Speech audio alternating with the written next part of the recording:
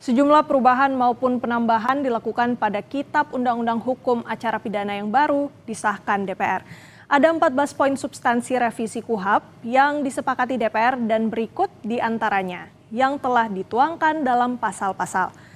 Dalam bab 1 saudara, yakni ketentuan umum, pada pasal 1 nomor 19 tertulis tentang putusan pemaafan hakim, yakni pernyataan hakim yang diucapkan dalam sidang pengadilan terbuka yang menyatakan terdakwa terbukti bersalah. Tetapi karena ringannya perbuatan, keadaan pribadi pelaku, atau keadaan pada waktu dilakukan tindak pidana serta yang terjadi kemudian, hakim tidak menjatuhkan pidana atau tindakan dengan mempertimbangkan segi keadilan dan kemanusiaan. Ini merupakan hal baru lantaran dalam KUHP sebelumnya hanya mengenal 3 jenis putusan, yaitu putusan pemidanaan, putusan bebas, dan putusan lepas dari segala tuntutan hukum. Sementara dalam KUHP yang baru, jenis putusan ditambahkan berupa putusan pemaafan hakim, seperti yang telah dijelaskan sebelumnya, dan juga putusan berupa tindakan.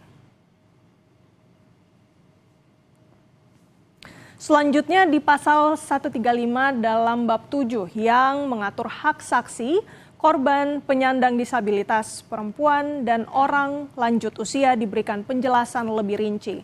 Di antaranya dalam poin A, yakni saksi berhak untuk tidak dapat dituntut secara hukum, baik pidana maupun perdata, atas kesaksian dan atau laporan yang akan sedang atau telah diberikannya kecuali kesaksian atau laporan tersebut diberikan tidak dengan itikat baik.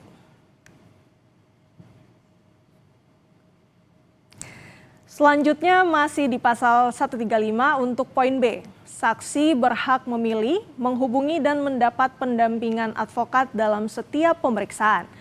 KUHP sebelumnya memang telah mengatur mengenai hak saksi, tapi cakupannya masih terbatas. Sementara dalam KUHP terbaru, memuat secara lebih detail tentang perlindungan bagi para saksi, baik dari hak pendampingan advokat maupun penuntutan secara hukum. Dalam poin lainnya juga disampaikan tentang hak saksi bebas dari pertanyaan yang menjerat dan juga menolak memberikan keterangan yang dapat memberatkan dirinya sendiri walaupun saksi telah mengambil sumpah atau janji. Dalam KUHP lama tidak secara eksplisit tertulis demikian, melainkan tertulis secara umum seperti berhak atas perlindungan dari ancaman atau kekerasan, serta bisa menunda pemeriksaan atau menolak pertanyaan menyangkut rahasia tertentu.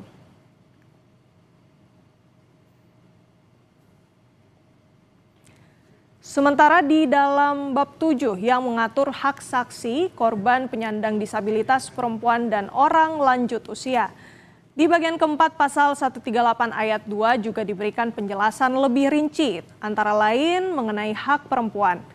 Dalam pasal ini di poin D, hak perempuan untuk didengar keterangannya melalui komunikasi audiovisual jarak jauh di pengadilan setempat atau di tempat lain apabila kondisi kejiwaannya tidak sehat diakibatkan oleh rasa takut, trauma psikis berdasarkan penilaian dokter atau psikolog.